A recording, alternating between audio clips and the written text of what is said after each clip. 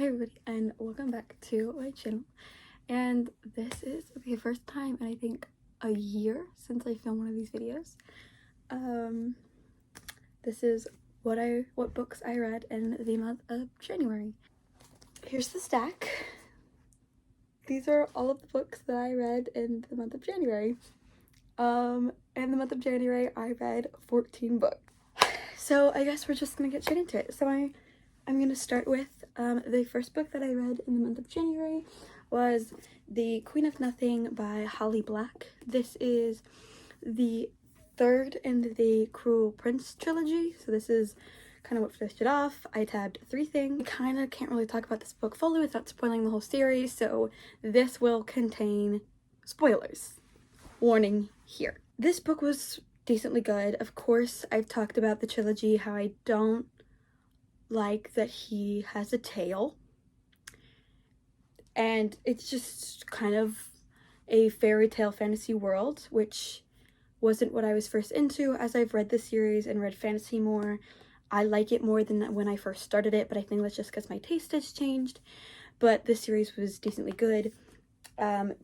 Jude has been exiled by Cardan, isn't happy about that, and then her sister's in trouble because her twin sister killed her husband, and so she needs Jude's help, and they're going to switch places. She has the lingering feelings for Cardan, but she wants to save her sister from getting hurt because she killed her husband and lied about it. There's some like twists from what you wouldn't expect, and Jude and Cardan develop so much. There's so much of them in this book, which is kind of why I read it in the first place. This is also my TBR, so I go in more in depth about the book in my TBR video that has yet to be finished or posted, so I go in more depth of it there. But I rate this a 3 out of 5 stars. It wasn't that bad, but of course this series has been my favorite. Next, I read Hopeless by Colleen Hoover. And so it has been about a year since I have read a Colleen Hoover book. I took a giant break.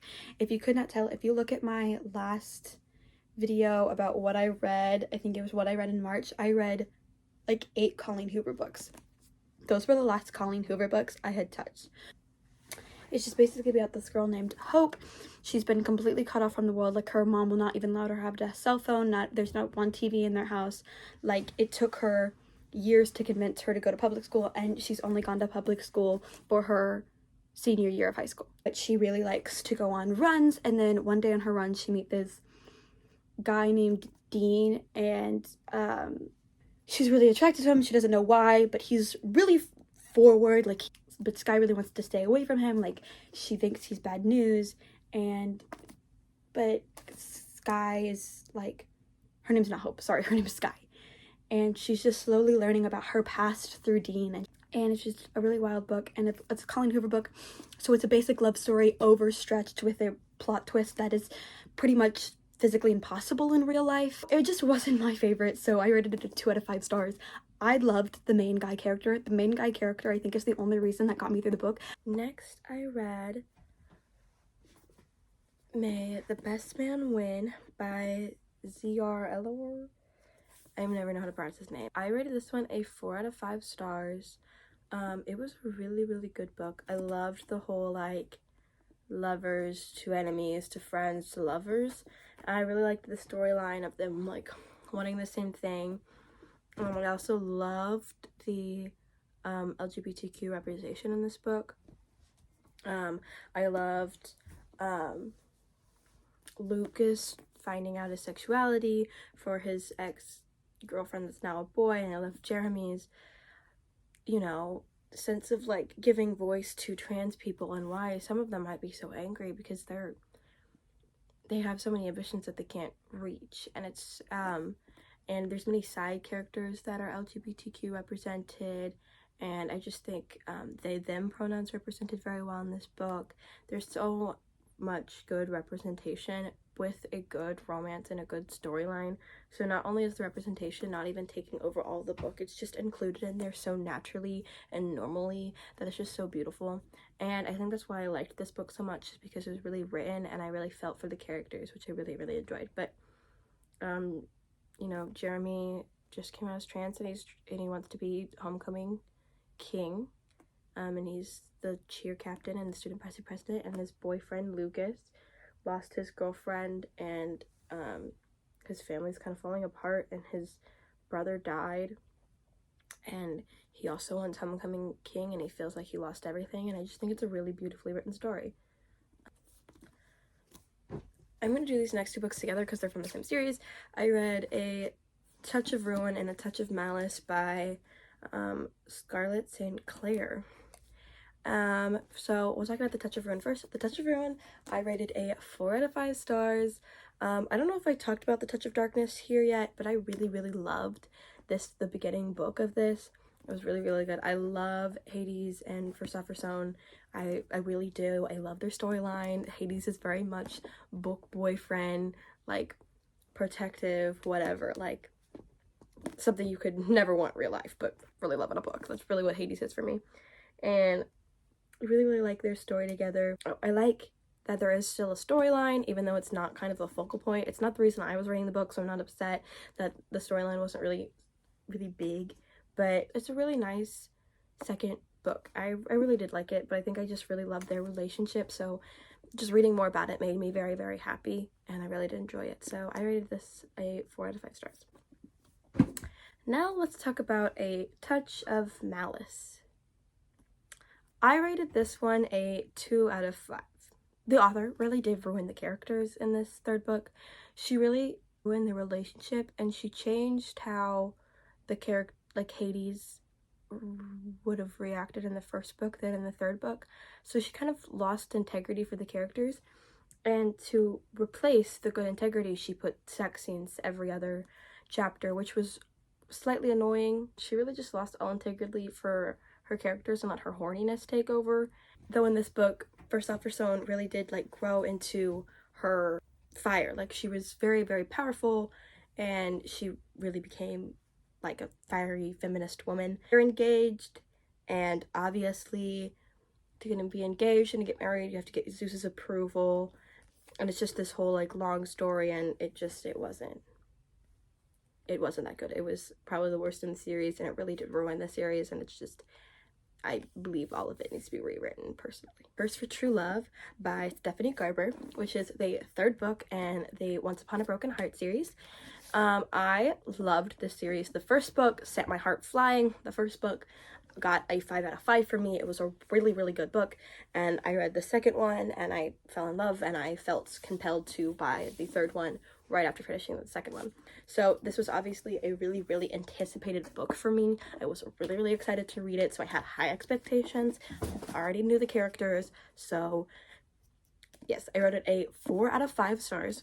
Ava has lost her memory because of Apollo, and Jax obviously doesn't like that, but he can't do anything about it because Apollo is making it look like Jax stole her memory. The book just continued on, and bringing up things from past books just made my heart a little happy. But it was really good.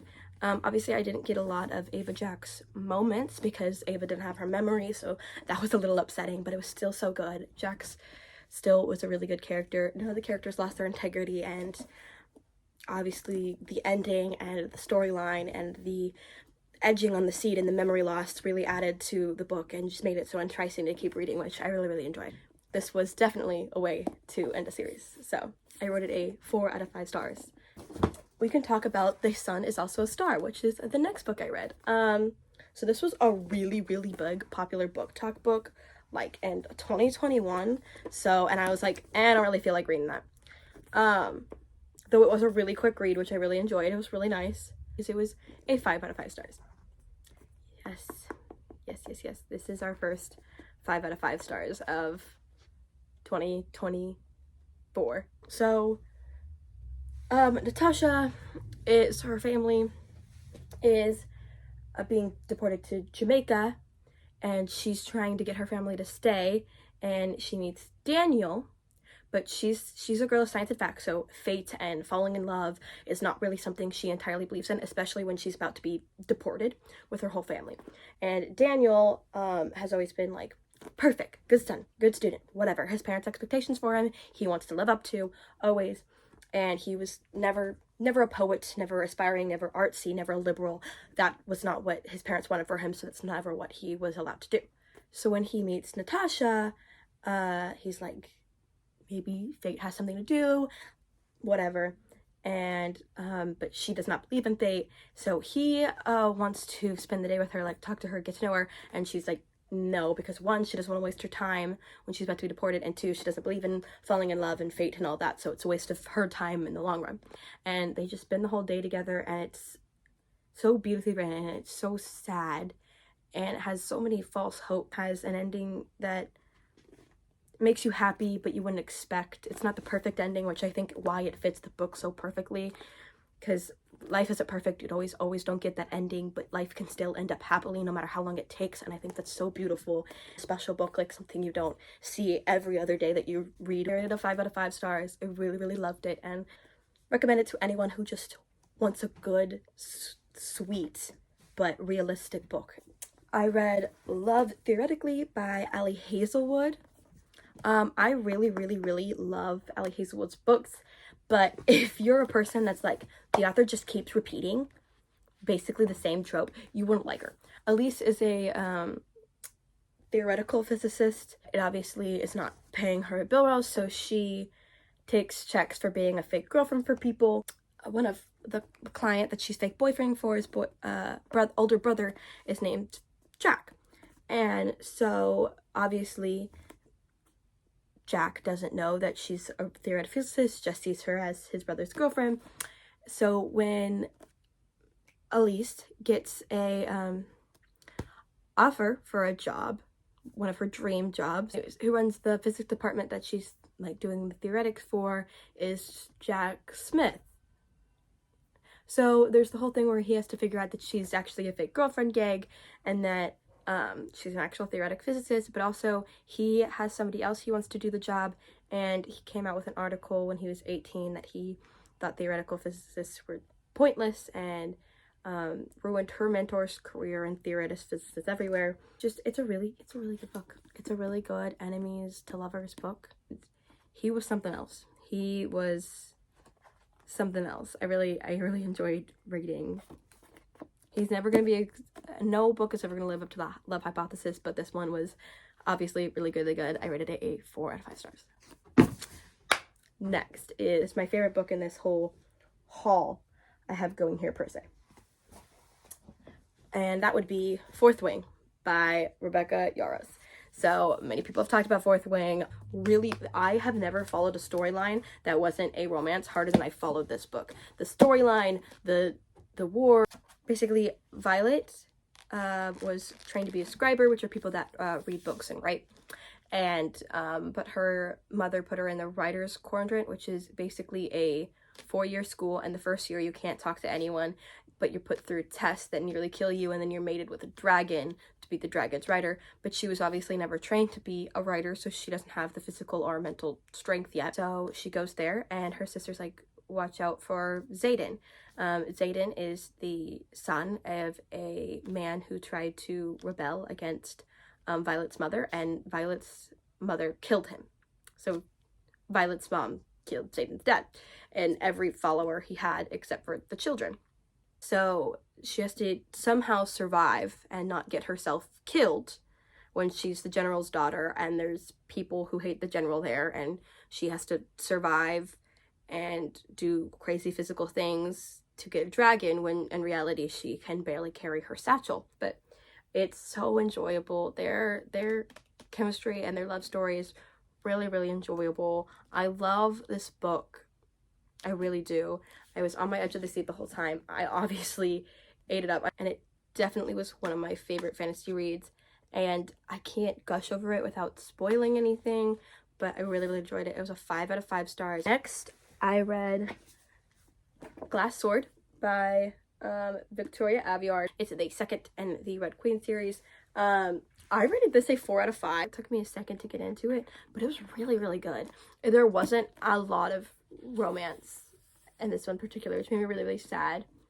but they did have chemistry going on, so it kind of made up for that. But the storyline was really good, and everything that happened in this book to her is crazy. Basically, Mare, I always forget how to say her name, has to go and find, this is a spoiler, by the way. If you haven't read the first book, this is a spoiler because I have to. Has to go and find the people that have the same abilities of her but has red blood and get them before Maven kills them. And Cal goes with them because he's obviously taken prisoner by the rebels, like he's the prince. What do you think? And so they have to go and find them together, and their chemistry keeps building, and there's lots of twists and turns. It really actually like kept up with the story this time. It was so good, and it ended in a way that had me sobbing and screaming. I really, really enjoyed it. So a 4 out of 5 star, really, really good second book. I just feel like the series is going to keep getting better because the characters' relationships are developing and the twists are coming, and it's gonna be good. Next is another 5 stars, which is crazy. We've had 3, and it's The Things We Never Got Over by Lucy Score. And when somebody tells you it's 5 stars, you can expect their tabs to look like this. This was such a good book. It was such a thick book. Naomi is on the run from her fiance, from the church from the wedding she left of, but her like entire life that she has built but never really loved for herself. And she's running to her twin sister Tina, who claims she needed money, but Tina's never really super reliable. But what Naomi finds when she gets there is no Tina, a niece she never knew about, her money and cars and her phone stolen, and this guy Knox who is incredibly broody towards her because she looks like her evil twin sister. And obviously she's in a jam, no way to get out because her car and phone is stolen, and some of the cash. She has a niece that she's now required to take care of, and this guy that won't leave her alone. And so Knox helps her out of her jam, slowly is like finding her places to live, and it's really, really cute. I love their dynamic because she's like, I'm gonna challenge you, and he's like, don't you dare challenge me, and I love that. And this whole story just made me unwillingly happy. Had the story of her twin sister stealing with all of her money, and obviously the twin sister gets into bad things, and it was really, really good. It did have a plot line, but I was more focused on the romance because the romance was so good. Next, I read King of Wrath by Anna Hung. Basically, Dante Russo, ruthless, arrogant, like whatever. He's a billionaire CEO, per usual. He's broody at everybody, secretly rude, but always have a soft butt. And then we have Vivian Lau, I want to say her last name is what it's pronounced. Perfect dotty, well-married, elegant, and they are being forced to marry. Vivian obviously has to do it to please her father, even though she's like 20, and she doesn't know why Dante wants to do it, but we know why Dante wants to do it. Dante is getting blackmailed by her father, so he's forced to. And obviously they don't really like each other at first because she doesn't want to be married off and thinks he's an asshole, and he doesn't apparently like anyone. But slowly they start developing feelings, and he starts getting protective, but she's like, no, fuck that. And she's only ever really loved one person, and it's this whole thing, and it's so good. It's a really good enemies to lovers. So I rated it a 4 out of 5 stars. It was really, really good. I really enjoyed it. Next, I read Twisted Lies, which is book 4 to the Twisted series by Anna Hung. If you didn't know, I've read the other 3 books. I read Twisted Love, Twisted Games, Twisted Hate, and now Twisted Lies. Twisted Lies, I rate a 4 out of 5. It was a thick book, but it was a very good book. It's about a Christian who is a owner of a very, very big security company, so he's really, really rich. And Stella, who doesn't really do romance, keeps her heart in a cage, whatever. She's in between her jobs, and so she's forced to live with Christian because of the stalker that's been in her house, and he's somewhat obsessed with her or wants to protect her, like whatever. He's liked her for a decently long time, like always like watched her, but never told her, obviously.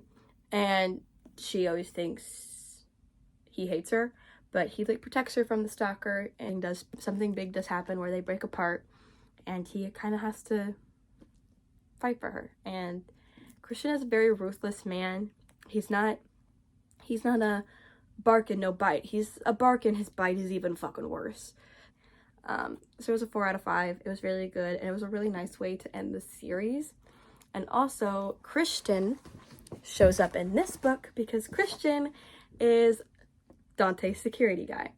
I thought that was cool that even though they're not the same series, she included some of her other characters, and I thought that was so fascinating. So, and then the last book that I read of January 2024 to end our January was Things We Hide from the Light by Lucy Score, which is the second and the standalone Knockout series.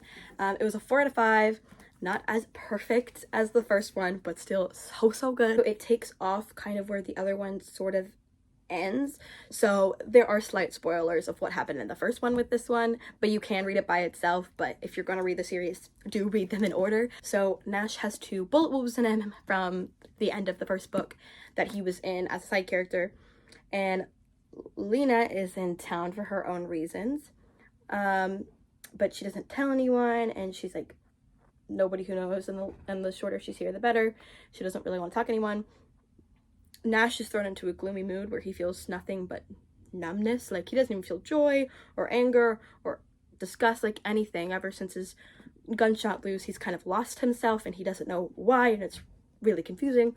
But Lena gets sucked into the small town life by Nash's friends and brothers, because Lena is also Knox's ex from a while ago, even though they have no feelings for each other and are just friends now. They have like flirty, and Nash finally feels something when he's with her, so he wants to keep that. But when he finds out why she's really there, that flirty friendship quickly goes into fiery enemies, and he's very, very upset with her, and she thinks he has no right to be upset with her. Their relationship guys kind of do back and forth, but it was really, really good, and she is such a fiery character. She stands up for herself. She's very much feminism. I love her, and I love her power, and I kind of like her and Nash's little banter, so that made me really, really happy, and I enjoyed reading their banter.